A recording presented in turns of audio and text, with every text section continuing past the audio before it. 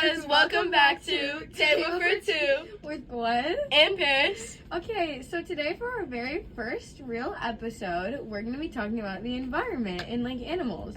So, Paris, what animals do you think are endangered? I'd say Doberman rhinoceros, black-footed ferret, Indiana bat, bog turtle, and more leopards. What do you think?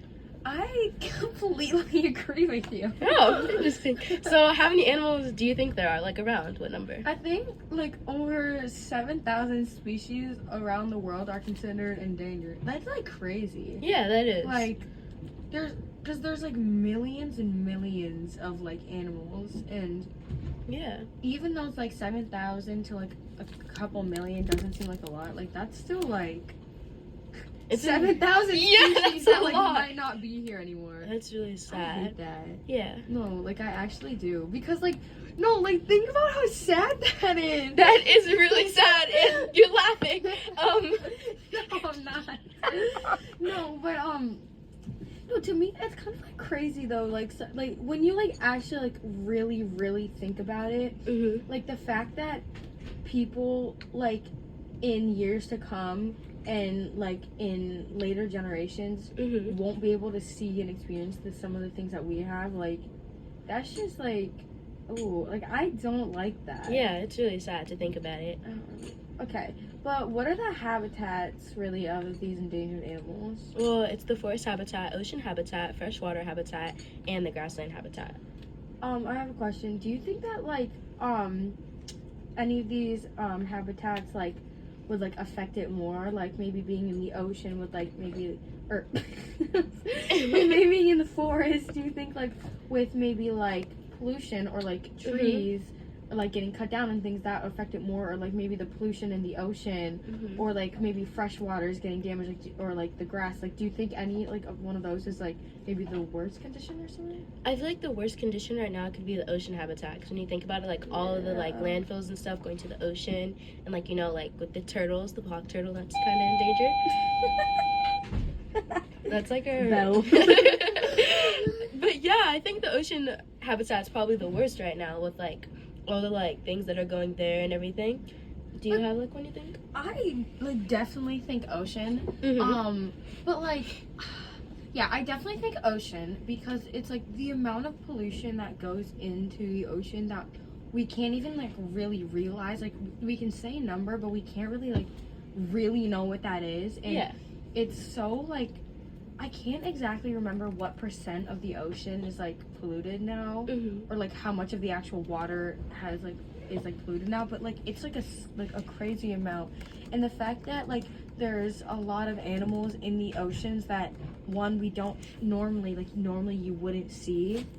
Oh, actually I remember the 40% of I think it's like around 40% of the ocean is polluted, and like that is so crazy. Yeah, that like, is.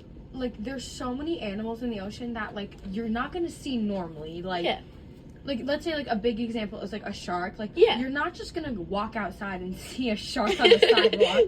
And the fact that there's people that are like polluting the ocean, knowing exactly what they're doing, knowing what it can cause and the harm that it brings, like knowing that, and you're still gonna go off and like put all these toxic chemicals it's kind of like it's like disheartening. Yeah, like, disgusting. Do you have anything about like the forest or like the freshwater or grassland or anything? I'd say like maybe like the grasslands and stuff, like with the forests and stuff, like how people come in and camp and everything, and like they kind of like do their business in words. Words. Yeah, but I mean like it's kind of like weird, like how people like go out and camp and everything. They like 110% that has. Yeah. but like the forest and everything, because like we go into the forest and like people leave their trash there. That's like, camping a big and everything. Thing. Like, so like camping, like when people camp and like if you have like you're gonna bring like maybe like canned food or food in bags, and if you're just gonna leave it there, like don't go camping, like you can't go back, like literally, that's just because like you're like what if like an animal gets into it and stuff, like that's really bad. That's like the whole thing. And like plastic in the ocean, like the like the can, like when you get like a 6-pack of like I don't know, like a soda or something, Mhm. and there's like the plastic around it, like Yeah. that. Like, it's shocking about how that truly affects like It is a lot of animals, and how like Uh-huh. animals that they can just so easily get like their head stuck or eat it, and Mhm. it's just like it's over for them. It's like It is. It's really sad. game over. Sorry, that was KO. a bad joke. Okay. Do you know why some of the animals are endangered? You have like any? Some of the main causes of endangered animals is a loss of habitat and loss of genetic variation. And if you have been paying attention in science, we've been going over genetic variation a lot. So would you like to like Same. dig into the habitat loss? Like the habitat loss, like let's say for like the ocean, Mhm. that it's straight back to pollution. Like that is literally, it's destroying like it's destroying like a lot of like coral and a lot of like smaller fish. Like they need that, but then like the smaller fish, like the medium fish kind of feed on the smaller fish. Yeah. And if the smaller fish aren't there, then the medium fish can't really eat, but the bigger fish eat on the like medium size. So it's just like a chain reaction. Like Yeah. maybe even if you're just like kind of like slowly killing one thing, that is gonna slowly affect literally everything else. Because if one animal gets overpopulated because another can't survive, like that could be even worse than like that. Do you have anything to say about the habitat or like the genetic variations? No, but I think we should start getting to our main topic about the Javan rhinoceros. I think you should take this lead. Oh, okay. So, according to www.wildlife.org, the Javan rhinoceros are extremely vulnerable in their tropical forest habitat due to catastrophe. Sorry. Good job. So that honestly ties back to our forest habitats. So like, yeah, as we said, you know, forest habitats definitely are something that happens. So due to the catastrophes, really get into that information. due to catastrophes, habitat loss, diseases, poaching, and potential inbreeding, Javan's rhinoceros are also one of the most threatened of the 5 species. Cool fact, there are only actually 5 species of rhinoceros, and those 5 There's only species, 5? yeah, Oh, there are only I didn't 5. know that. You learn something new every day. The only 5 species are right rhino, greater one-horned rhino, black rhino, Javan rhino, and Sumatran rhino. So those are the only 5. Okay, so the Javan rhinoceros are located in I think it's Eugene Kulin National Park. I'm pretty sure, and there's a population of only 60 actually. And there's already been some actions by the WWF, and they're working to establish a second population to stop the species from dying out, which I think is really like good, because the fact that like it might go out. Oh, that's just so sad. Sorry. Yeah. I don't know. I just don't like that. Really... And they're in the process of exploring new areas so that they can try to create a second like population to prevent to prevent the rhinos from dying out. And did this article really make you wonder anything or like know anything really? Or? Good question. This article actually made me wonder why people are continuing to move closer to the rhino habitat, because that's actually the cause of their habitat loss. A lot of people in the area, and the Eugene Kulin National Park is actually located in Indiana, if I'm not mistaken. I'm sorry, Indonesia. So it's located there, and due to the habitat loss, it's like people like continuing to make their houses right on top of the habitat. So that's kind of like, oh really? Yeah, which I think is like kind of sad. Like not even kind of, it's like really sad.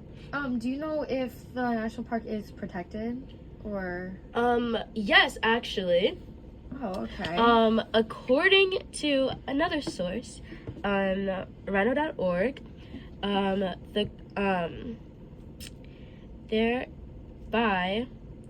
the population is now stabilized because they are now guarded by a rhino protection units. Okay, that's really good. Yeah. I don't know like what it is. I can't really like I don't understand what goes through people's heads when they're like, yeah, an endangered species, this is where they live. Definitely just gonna cut into that and build me a nice little cabin out here. Like, shut up. Sorry. It makes me like really, it makes me like so mad actually, like sometimes. It does. Because like everyone knows like the environment in our species, like they like our environment is getting worse, and that's not just because of like, that's a lot because of just of like people like cutting down and polluting, and then like global warming that's affecting huge portions of habitats. And I just think that it's a little crazy sometimes that people don't really take that in, that other people won't get to see what we have, and there's going to be a point where it is going to be too late for us to try to like rebuild or try to like reestablish like maybe the environments or just our world in general. Like, I feel like there's going to be a point where it's too late and we can't really change anything. And I just think that like we need to like start now to like really try to like stop that process from happening.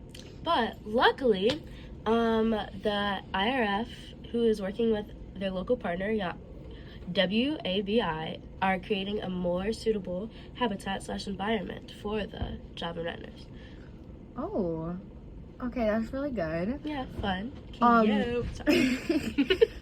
And Paris, is there anything maybe you learned about this topic from some of the sources that we've read?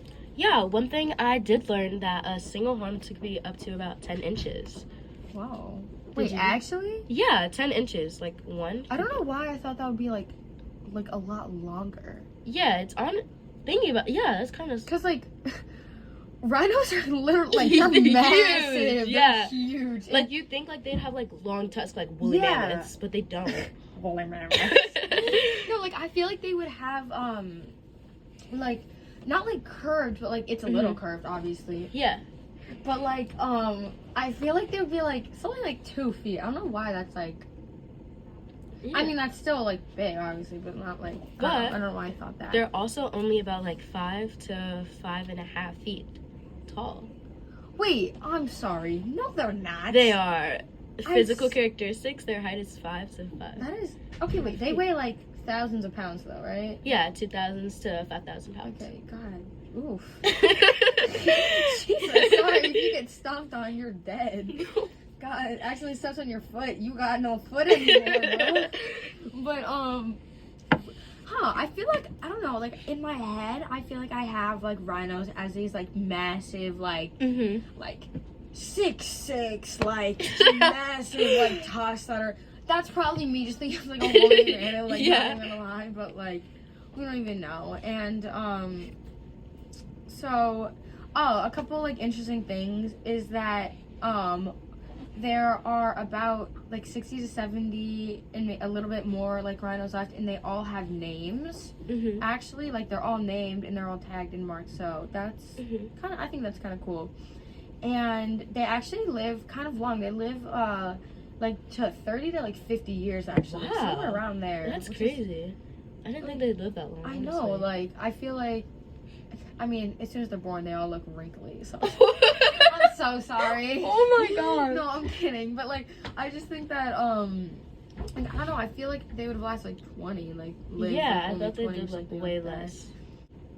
And I don't know. I feel like they would only live for like 20 or 25 years, not really like 30 to like 50. Like that's kinda, and I'm sure some have lived longer than that, which is like kind of cool. But do you know if these rhinos have any like predators? Oh, some of their main predators are actually humans. Like, see, that's where that's where it goes.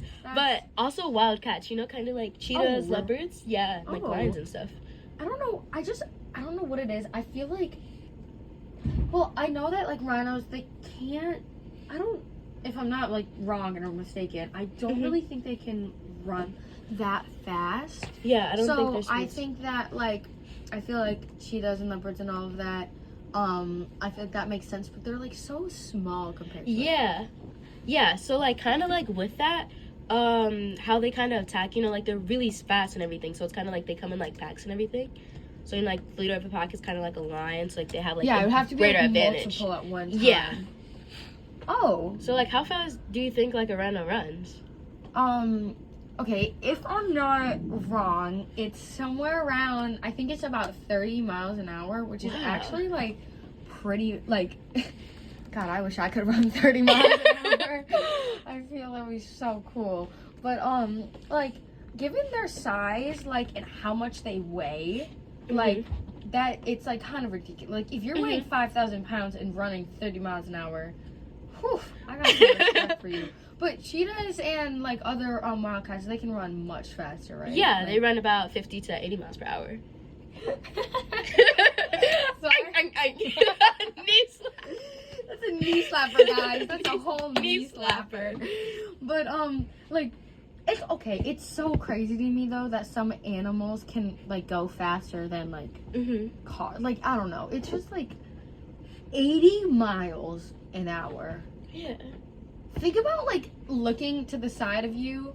Like, well, no, like, you're running 80 miles an hour, and then you look to the side. Like, you don't see anything. You're going so fast. Yeah, you're going really fast. I wish I could run, like, 100 miles an hour just to say I can run. Like, I would never actually, like, do it just to say, like, I can run 100 miles an hour. I could beat a car. Like, I wanted to. Just, like, so much, like, so cool. Like, I just think that's kind of, I don't even know. Go on, you want to tell us about your fact about the Javan rhino in Vietnam? Okay, it's a little sad, but the last Javan rhino in Vietnam, it was found shot with its horn removed. Oh my gosh. Yeah, and I'm not exactly, I couldn't really find what it was shot with, but it might have been like a tranquilizing dart, or it might have been like an actual like gunshot. Either way, it's awful. And if you guys don't know, the reason that a lot of rhinos are like hunted and killed is not because of like their size or like what they have, it's or like their like meat or literally anything like that. It's because their horns are worth like a lot of money, and it's actually like pretty sad because they can just be found, like even like baby German rhinos can be found dead and with no horn because it's just kind of so valuable. Yeah, that's really sad. Like thinking about how like they're literally only killed just for like to wear as a piece of jewelry or like to taunt as like a friend, like, oh my gosh, I totally just killed this animal and I got their horn. Like, that's so sad and disheartening. Yeah, it's not even it's just like really bad to think about. And basically like rhinos' horns can get about like 60,000 per kilo, and gold is only about like 62 or 63. So like a rhino's horn is right up there with gold, which is kind of ridiculous. Yeah, that's really sad. And something that like I think like is the more that they die out because they're getting killed because of their horns, the more value it's gonna be.